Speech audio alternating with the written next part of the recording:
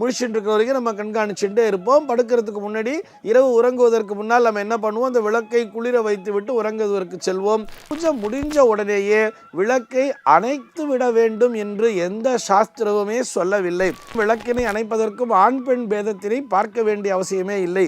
விளக்கினை அணைக்க கூடாது, தேவையின்றி அப்படிங்கிறத பார்த்துக்கணும். பூஜை முடிந்ததும் ஆண்கள் விளக்குகளை அணைக்கக்கூடாது என்று சொல்கிறார்களே, இதன் காரணம் என்ன அப்படிங்கிற ஒரு கேள்விக்கான விடையைத்தான் பார்க்க போகிறோம். பூஜை முடிந்ததும் விளக்குகளை ஆண்கள் மட்டுமல்ல பெண்களும் அணைக்கக்கூடாது, அதிலே எந்த விதமான சந்தேகமும் இல்லை. எதற்காக விளக்கினை ஏற்றி வைக்கிறோம்? முதலிலே அந்த விளக்கொளியிலே நாம் இறைவனை தரிசிக்க வேண்டும் என்பதற்காகத்தான். அங்கே பூஜை பண்ணுற நேரத்தில் மட்டும்தான் விளக்கேற்றணுங்கிறது இல்லையே. எப்பொழுதுமே பூஜை அறையிலே விளக்கு என்பது எரிந்து கொண்டேதான் இருக்க வேண்டும். பூஜை அறையில் விளக்கு எரிஞ்சின்னு இருக்கும் பொழுது, இப்போ நம்ம வீட்டில் ஒரு கணபதி ஹோமம் பண்ணுறோன்னே வச்சுப்போமே, ஒரு ஹாலில் வச்சு நம்ம ஒரு கலசம்லாம் வச்சு அங்கே ஒரு கணபதி ஹோமத்தை பண்ணுறோன்னு சொன்னால் அந்த இடத்திலே விளக்கு எரிகிறதோ இல்லையோ, நிச்சயமாக பூஜை அறையிலே விளக்கு என்பது எரிந்து கொண்டு தான் இருக்க வேண்டும். அதிலே நாம் கவனத்தை செலுத்த வேண்டும். எப்பொழுதுமே வீட்டிலே அந்த அணையா விளக்காக பூஜை அறையிலே விளக்கு எரிந்து கொண்டிருந்தால் அது மிகவும் நல்லது.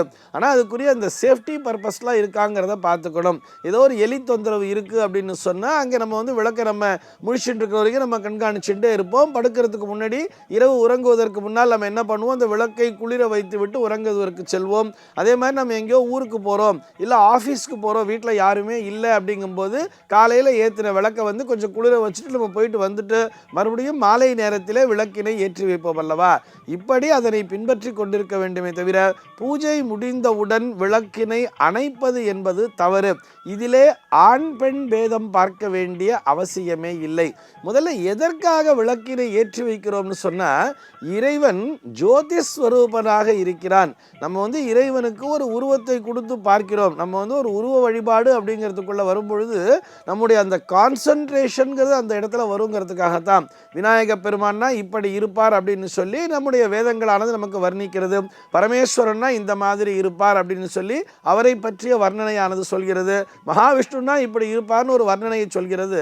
அந்த வர்ணனையினுடைய அடிப்படையிலே இப்படித்தான் இந்த இறை மூர்த்தங்கள் இருக்கும் என்கின்ற அந்த வேதம் நமக்கு சொல்லிக் கொடுத்த பாதையிலே நாம ஒரு உருவத்தை கற்பனை செய்து வைத்து அதனை படமாகவோ அல்லது விக்கிரகமாகவோ வைத்து வழிபட்டு கொண்டிருக்கிறோம்.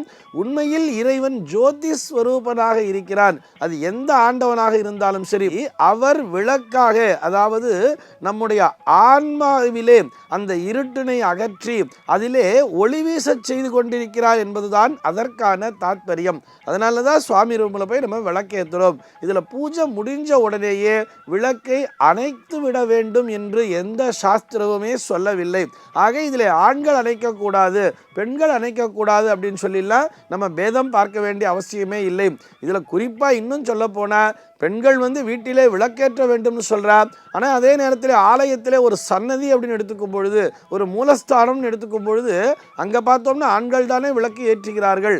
ஆக எந்த இடத்திலையுமே ஆண்கள் குறிப்பாக விளக்கேற்ற வேண்டும். இப்போ காலையில் வீட்டில் கூட அந்த வீட்டு எஜமானி அம்மா ஒரு வேலையாக இருக்காங்க, அவங்க ஒரு சமையல் வேலையை பார்த்துட்டு இருக்காங்கன்னு சொல்லும் பொழுது அந்த ஆண் பூஜை செய்யும் பொழுது அவரே கூட வீட்டிலே விளக்கினை ஏற்றலாம். பெண்கள் தான் ஏற்ற வேண்டும் என்ற கட்டாயமும் இல்லை.